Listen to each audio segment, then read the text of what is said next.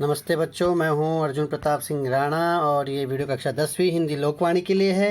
और हाँ बच्चों, यहाँ पर कोई पाठ नहीं बल्कि आज हम करने जा रहे अभ्यास प्रश्न पत्र। जी हाँ, आ गया वो वक्त जिसका आप सबको बेसब्री से इंतज़ार नहीं होता है और हमको होता है। ऐसा इसलिए क्योंकि ये परीक्षा की घड़ी है और इससे पता चलता है कि आपने कितनी तैयारी की है या आपकी तैयारी कैसी चल रही है। आपको बेसब्री से इंतज़ार नहीं होता, लेकिन ये आपकी जांच परख के लिए ज़रूरी होता है। वैसे बच्चों, परीक्षा में टेंशन लेने की ज़रूरत होती नहीं है। मैंने यहाँ पे आपको अभ्यास प्रश्न पत्र प्रथम घटक परीक्षा का प्रस्तुत किया है, यानी फर्स्ट यूनिट टेस्ट। बच्चों, ये यूनिट टेस्ट 20 नंबर के लिए होगा। तो 20 नंबर की इस परीक्षा में क्या क्या पूछा जाता है, कैसे कैसे पूछा जाता है, किस तरह का पैटर्न होता है, ये इस वीडियो के ज़रिए मैं आपको बताऊंगा, ताकि आप उसको अभ्यास कर सको। और उसके बाद जब आप परीक्षा में असल में परीक्षा दोगे, तब आप एकदम निश्चिंत रहोगे कि आपको पता होगा क्या आने वाला है, कैसे आने वाला है, किस तरह से पेपर को सॉल्व करना है। तो ये जो अभ्यास प्रश्न पत्र है बच्चों, इसे आपको अपने शीट्स में सॉल्व करना है। और सॉल्व करने के बाद आपके उत्तर सही हैं या नहीं हैं, इसकी जानकारी देने के लिए इसका सॉल्यूशन वीडियो मैं इसका सॉल्यूशन वीडियो भी बनाऊंगा बच्चों, जो मैं अगली क्लास में पोस्ट करूंगा।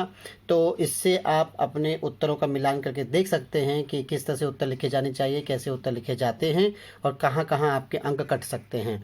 तो इसका अगला सॉल्यूशन वीडियो मैं अगली क्लास में प्रस्तुत करूँगा। यहाँ पर है अभ्यास प्रश्न पत्र प्रथम घटक परीक्षा का। तो हम आगे बढ़ते हैं बच्चों और देखते हैं कि किस तरह से परीक्षा में ये 20 नंबर का यूनिट टेस्ट का पेपर आता है। बच्चों, सबसे पहले मैं आपको बता दूं, इसमें 4 हिस्से होते हैं। 4 हिस्से कैसे?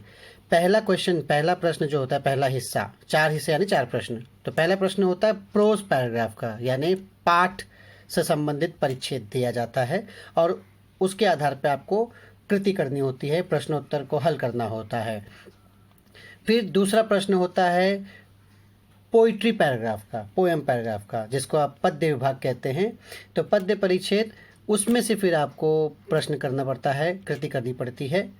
फिर तीसरा भाग है व्याकरण का, जिसमें व्याकरण से संबंधित सवाल पूछे जाते हैं आपको। और चौथा विभाग है रचना विभाग, जिसमें कंपोजिशन पार्ट जैसे निबंध, कहानी, पत्र, वृत्तांत, लेखन वगैरह वगैरह पूछे जाते हैं। बराबर। तो यूनिट टेस्ट के इस पार्ट में पहला भाग यहाँ पर आपके सामने प्रस्तुत है। पहला प्रश्न, निम्नलिखित परिच्छेद पढ़कर दी गई कृतियाँ कीजिए। तो यहाँ पे पहला पैराग्राफ दिया गया है बच्चों, इस पैराग्राफ को पढ़ना है और इसके आधार पर आगे प्रश्न दिए गए हैं। पैराग्राफ कौन से पार्ट का है? अगर ट्रेन में रेलवे कर्मचारी का साथ हो जाए तो सारे रास्ते गाड़ियों की शंटिंग करने की आवाज़ सुनाई देगी। अब आपको पता चल रहा होगा किस पाठ का है ये बच्चों। अगर आपने पाठ पहले से पढ़ा हो, समझा हो अच्छी तरीके से, तो जैसे आप पैराग्राफ पढ़ते हैं आपको तुरंत पता चल जाता है कि किस पाठ से दिया गया है। तो चूंकि ये अभ्यास प्रश्न पत्र है, इसलिए मैं यहाँ बताने नहीं जा रहा हूँ, आप खुद याद करने की कोशिश कीजिए। आगे पढ़ता हूँ। कोई कहेगा 8 अप से आ रहा हूँ, 7 डाउन से लौटना है। अगर स्टेशन मास्टर ने सिग्नल नहीं दिया और गाड़ी आउटर पर आकर खड़ी हो गई तो रात वापस घर लौटना मुश्किल है। आजकल तो मेल को रोककर माल को पास करना पड़ता है, कारण मालगाड़ी में भरे माल के बिगड़ने का डर रहता है, जबकि मेल में बैठा आदमी बिगड़ता नहीं। अरे, नाराज भी तो नहीं होता, क्या खाकर नाराज होगा? अगर शिकायत करना चाहे तो शिकायत पुस्तिका मांगे, जब तक शिकायत पुस्तिका आएगी तब तक रेल चली जाएगी। दूसरे ने कहा, मैं पूछताछ विभाग में काम करता हूँ। लोग बाग भी कैसे कैसे सवाल पूछते हैं। कोई पूछता है 10 बजे वाली रेल कब आएगी, कोई पूछता है छोटी लाइन वाली गाड़ी कहाँ पर खड़ी होगी, मानो उसकी बड़ी लाइन पर खड़े होने का अंदेशा हो। एक दिन एक आदमी ने तो कमाल कर दिया, पूछा, क्यों भाई साहब, बिना टिकट वालों के लिए बाहर जाने का रास्ता किधर से है? तो बच्चों, इस पाठ का वीडियो भी मैंने अपलोड किया था। अगर आपको एक बार फिर से वो वीडियो देखना है, पाठ समझना है, तो आप उस वीडियो को देख सकते हैं। अब यहाँ पे पैराग्राफ दिया है, इससे संबंधित प्रश्न यहाँ पे अगले स्लाइड में पूछा गया है कि आकृति पूर्ण कीजिए। बच्चों, पहले पैराग्राफ से संबंधित कृति। इस कृति के 3 भाग होते हैं। पहले भाग में आकृति संजाल पूर्ण कीजिए, ऐसे प्रश्न पूछे जाते हैं, यानी उसको आकलन कहते हैं। उसका दूसरा हिस्सा होता है आकलन वाले हिस्से को हम एक प्रश्न मान सकते हैं, पहला प्रश्न, या अ मान सकते हैं। दूसरा ब, शब्द संपदा, उसमें शब्दों से संबंधित आपकी संपत्ति यानी प्रॉस्पेरिटी यानी ज्ञान का अंदाज़ा लिया जाता है। और तीसरा होता है स्वमत अभिव्यक्ति यानी क। तो स्वमत अभिव्यक्ति में आपके विचारों को पूछा जाता है। तो यहाँ पे पहला प्रश्न है, आकृति पूर्ण कीजिए। 8 अप से आने वाले आदमी को इससे लौटना है। तो किससे लौटना है? पैराग्राफ के सामने सामने उत्तर दिया है, आप ढूंढ सकते हैं, लिख सकते हैं। गाड़ी आउटर पर खड़ी हो तो ये होगा, क्या होगा अगर आउटर पर खड़ी हो? यहाँ पे बॉक्स के अंदर उत्तर लिखना है। तीसरा है पूछताछ विभाग में काम करने वाले से ये प्रश्न पूछे जाते हैं। कौन से प्रश्न पूछे जाते हैं? ये एक बॉक्स, ये दूसरा बॉक्स, ये तीसरा बॉक्स, तीसरी आकृति। बच्चों प्रश्न क्या है? आकृति पूर्ण कीजिए। मतलब जिस तरीके से प्रश्न पूछा गया है आपको उसी तरीके से जवाब देना है। मतलब आपको बॉक्स के अंदर बॉक्स बनाकर बॉक्स के अंदर ही उत्तर लिखना है और उत्तर ही पूरे हिस्से में होना चाहिए। मतलब 8 अप से आने वाले आदमी को इससे लौटना है डैश, फिर बॉक्स के अंदर उत्तर, ऐसा पूरा उत्तर आना चाहिए, तभी आपको संपूर्ण अंक प्राप्त होते हैं। नहीं तो आपके अंक काटे जा सकते हैं। तो दूसरे में भी ऐसे लिखना है, तीसरे में भी ऐसे लिखना है। आकृति बनाकर आकृति के अंदर आपका उत्तर होना चाहिए। फिर कारण लिखिए। मैंने बच्चों अतिरिक्त प्रश्न भी पूछा है ताकि आपके प्रैक्टिस होता रहे। नहीं तो ये जो प्रोज पैराग्राफ है 6 नंबर के लिए होंगे। 2 नंबर का आकृति, 2 नंबर का शब्द संपदा, 2 नंबर का स्वमत अभिव्यक्ति। क्योंकि हम अभ्यास कर रहे हैं इसलिए मैंने अतिरिक्त प्रश्न पूछा है। अब यहाँ पे है कारण लिखिए। कभी कभी मेल को रोककर माल को पास करना होता है, तो इसका कारण बताना। कारण पैराग्राफ में ही है, वो बताता है ना कि मेल को रोककर माल को पास करते हैं, क्यों? तो कारण लिखना है आपको, क्योंकि, ऐसे और इस तरह से। फिर दूसरा है मेल को रोकने पर उस पर बैठा आदमी इसकी शिकायत नहीं करता। तो किसकी शिकायत नहीं करता और क्यों नहीं करता शिकायत? तो ये उत्तर आपको उस बॉक्स में लिखना है। यहाँ पे चूंकि कारण लिखी है तो बॉक्स के अंदर है, चाहो तो आप बॉक्स के अंदर लिख सकते हो या एक लाइन में इसका उत्तर लिख सकते हो, क्योंकि कारण एक वाक्य में आता है, कोई दिक्कत नहीं है। फिर कृति 2 शब्द संपदा, ये है बच्चों दूसरा हिस्सा। शब्द संपदा यानी आपका वर्ड पावर, शब्द तक्कत। तो इसमें कैसे कैसे प्रश्न पूछे जाते हैं? जैसे पहला है निम्नलिखित शब्दों के समानार्थी शब्द लिखिए।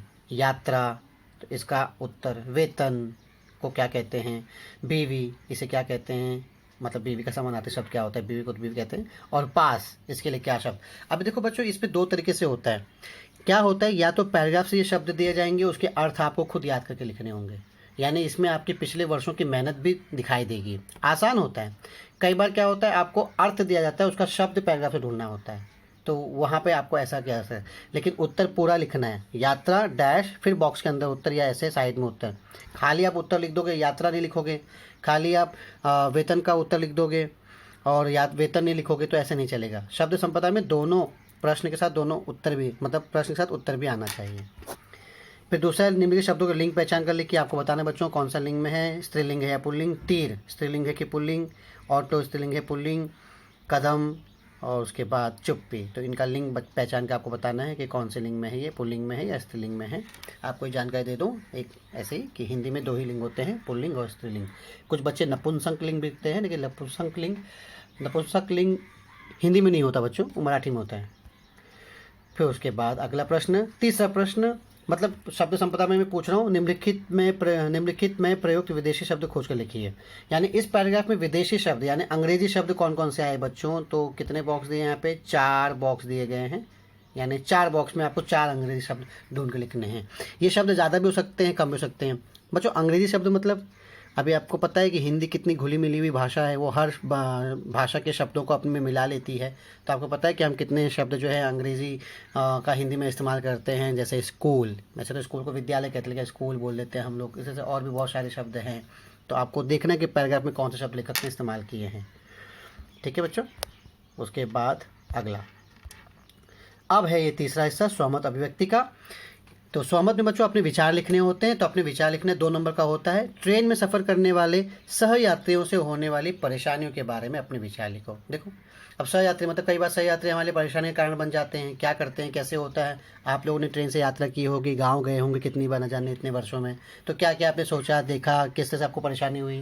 कुछ भी, खान पान की, उठने बैठने की, बातचीत करने की, लोगों की, घूरने की, वगैरह वगैरह। तो आप इसको अपनी स्वमत अभिव्यक्ति में लिख सकते हैं।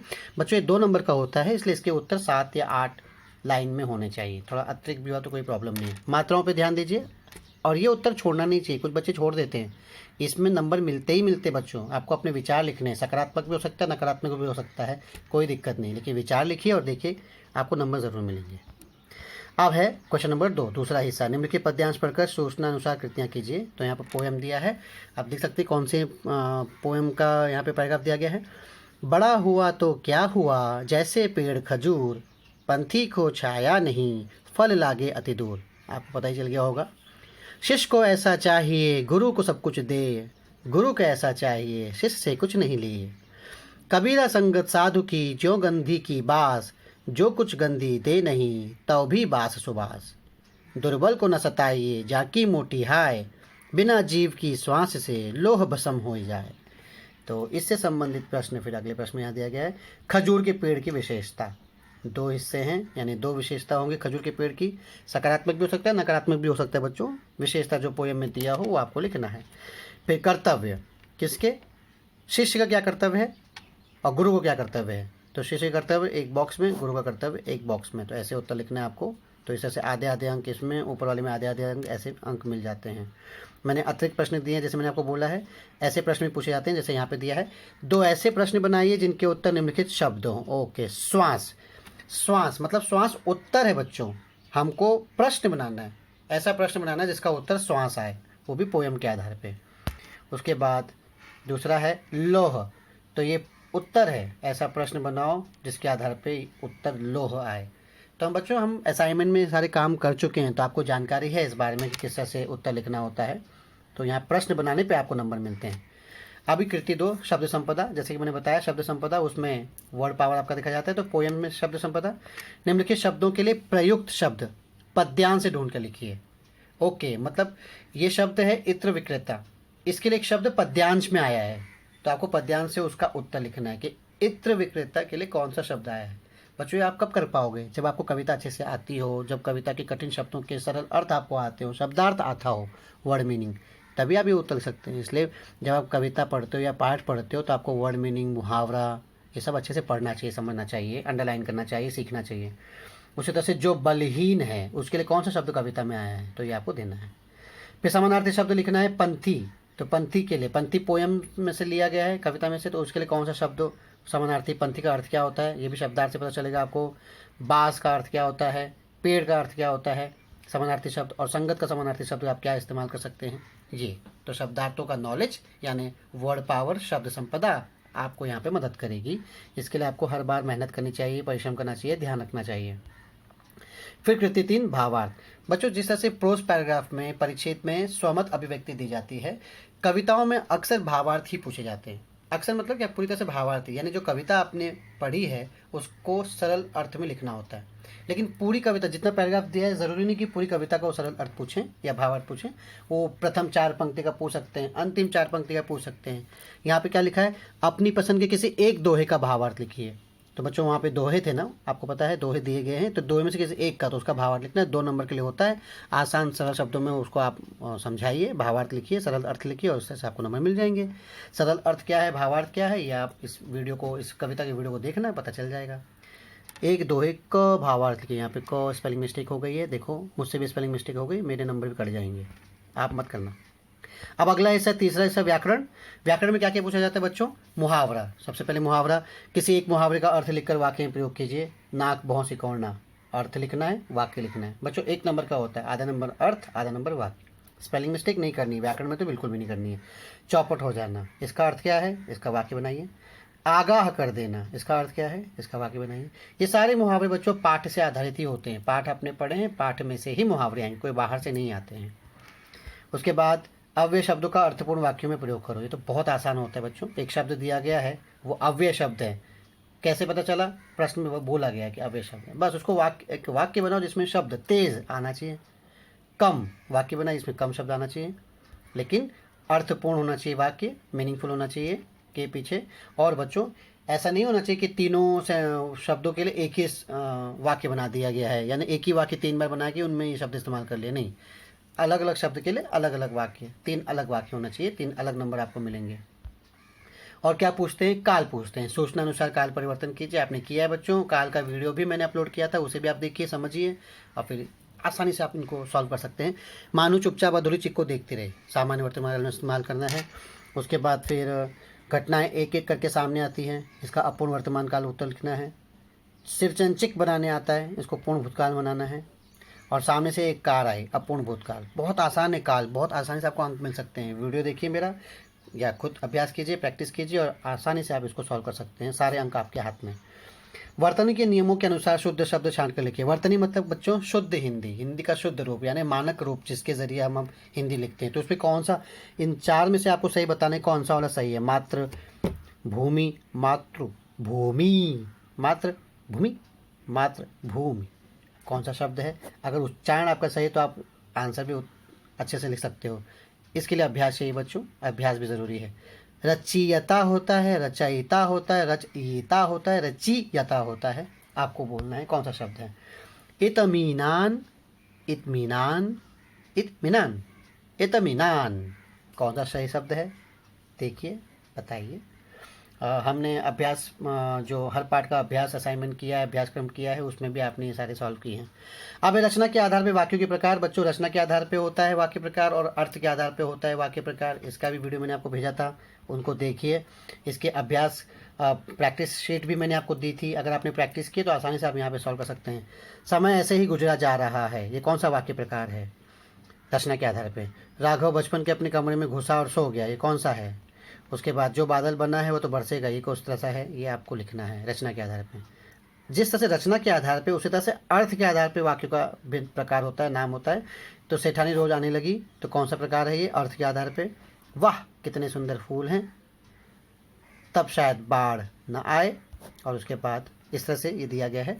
बच्चों एक हल्का सा मैं आपको हिंट देता हूँ। रचना के आधार में 3 प्रकार होते हैं, अब आप जानिए कौन सा है। और अर्थ के आधार पे 8 प्रकार होते हैं, अब जानिए कौन से हैं और उस तरह से हल कीजिए। फिर अंतिम विभाग है रचना विभाग। बच्चों यहाँ पे मैंने आपको कहा है, पोर्शन में आपको दिया कि इस बार निबंध आएगा परीक्षा में, तो ये रहा निबंध। किसी एक विषय पर 80 से 100 शब्दों में निबंध लिखना है। 5 नंबर का, 4 या 5 नंबर का ये होता है यूनिट टेस्ट के लिए। इसमें पहला है वर्षा ऋतु, दूसरा है विश्व बंधुता, वर्तमान युग की मांग, विश्व बंधुता यानी वर्ल्ड भाईचारा। फिर मेरी स्मरणीय यात्रा, आपकी यात्रा जहाँ आपने यात्रा की हो, जैसे वो लेखक रेल यात्रा कर रहा होता है तो ऐसे। और यदि मैं अध्यापक होता, टीचर होता, तो आप क्या करते, कैसे बच्चों को पढ़ाते, उनको मारते कि नहीं मारते, धमकाते कि नहीं धमकाते, और बच्चे नहीं समझते तो उनको कैसे सुधारते। ऐसे अपनी फीलिंग्स आप लिख सकते हो, जो कुछ आप सोचते हो उस तरह से आप इसमें अपनी बातें बता सकते हैं। तो इस तरह से इनको सॉल्व करना है बच्चों, और ध्यान देना है। आप देखिए, हल कीजिए। हल करने के बाद मैं जब इसका समाधान वीडियो भेजूंगा, समाधान पत्रक वाला वीडियो, सॉल्यूशन वीडियो, तो उसमें अपने उत्तरों का मिलान करना और फिर देखना कि कैसे आप लोगों ने उत्तर लिखे हैं। ठीक है बच्चों, धन्यवाद। फिर अगली कक्षा में मिलते हैं इसके सॉल्यूशन वीडियो के साथ। ध्यान रखिए, सुरक्षित रहिए।